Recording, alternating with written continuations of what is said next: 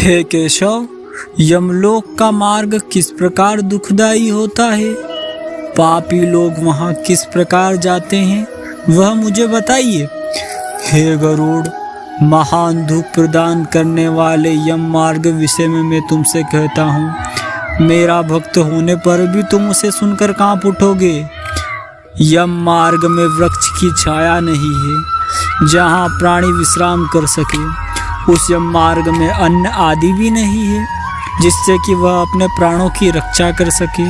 हे खग, वहाँ कहीं जल भी नहीं दिखता जिसे अत्यंत तृषा हो वह जीव पी सके।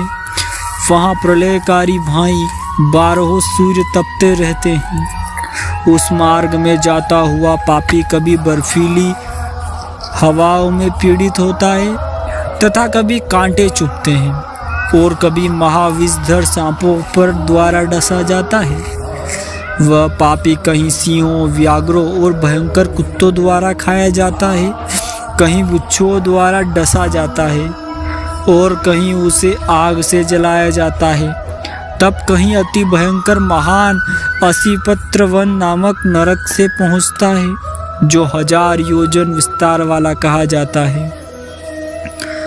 वह वन कौवों, उल्लुओं, वटों, गिद्धों, सर्गों, डांसुओं से व्याप्त है। उसमें चारों ओर दावाग्नि व्याप्त है। उसी पत्र के पत्तों से वह जीव उस वन में छिन्न भिन्न हो जाता है। कहीं अंधे कुएं में गिरता है, कहीं विकट पर्वत से गिरता है, कहीं छुरे की धार पर चलता है तो कहीं कीलों के ऊपर चलता है, कहीं घने अंधकार में गिरता है, कहीं भय उत्पन्न करने वाले जल में गिरता है, कहीं जोकों से भरे हुए कीचड़ में गिरता है तो कहीं जलते हुए कीचड़ में गिरता है, कहीं तपी हुई बालुका से व्याप्त और कहीं धधकते हुए ताम्रमय मार्ग, कहीं अंगार की राशि और कहीं अत्यंत धुएं से भरे हुए मार्ग पर उसे चलना पड़ता है।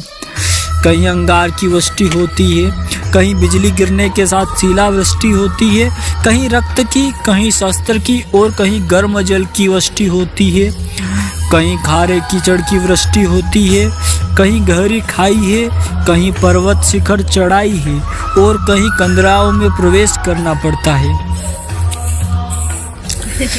वहाँ कहीं घना अंधकार है तो कहीं दुख में चढ़ी जानने योग्य शिलाएं, कहीं मवाद, रक्त तथा विष्ठा से भरे हुए तालाब है।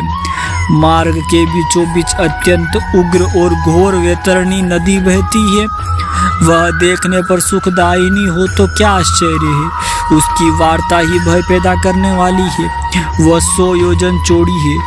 उसमें पुय यानी पीब, मवाद, शोणित बहते रहते हैं। हड्डियों के समूह कट बने हैं। उसके तट पर हड्डियों का ढेर लगा रहता है। मांस और रक्त के कीचड़ वाली वह नदी दुख से पार की जाने वाली है। अतः गहरी पापियों के द्वारा दुख पूर्वक पार की जाने वाली वह नदी केश रूपी सेवार से भरी होने के कारण दुर्गम है। वह विशाल काय ग्राहों घड़ियालों से व्याप्त है, सैकड़ों प्रकार के घोर पक्षियों से आवृत है। हे गरुड़, आए हुए पापियों को देखकर वह नदी ज्वाला और धूम से भरकर कहाड़ से रखे ग्रतों की भांति खोलने लगती है। वह नदी सुई के समान मुख वाले भयानक कीड़ों से चारों ओर व्याप्त है। वज्र के समान चोंच वाले बड़े बड़े गिद्ध एवं कौओं से घिरी हुई है। वह नदी शिशुमार, मगर, जोंक, मछलियाँ, कछुए एवं अन्य मांस भक्षी जलंधर जीवों से बड़ी व्याप्त है। उसके प्रवाह में गिरे हुए बहुत से पापी रोते चिल्लाते हैं और हे भाई, हाँ पुत्र, हाँ तात, इस प्रकार कहते हुए बार बार विलाप करते हैं। भूख और प्यास से व्याप्त होकर पापी जीव रक्त का पान करते हैं। वह नदी झाग पूर्ण रक्त के प्रवाह से व्याप्त, महाघोर, अत्यंत गर्जना करने वाली, देखने में दुख पैदा करने वाली तथा भयावह है। उसके दर्शन मात्र से पापी चेतना शून्य हो जाते हैं। बहुत से बिच्छू, काले सर्पों से व्याप्त उस नदी के बीच में गिरे हुए पापियों की रक्षा करने वाला कोई नहीं है। उसके सैकड़ों हजारों भंवरों में पड़कर पापी पाताल में चले जाते हैं। क्षण भर पाताल में रहते हैं और एक क्षण में ही ऊपर चले जाते हैं। हे खग, वह नदी पापियों के गिरने के लिए ही बनाई गई है। उसका पार नहीं दिखता।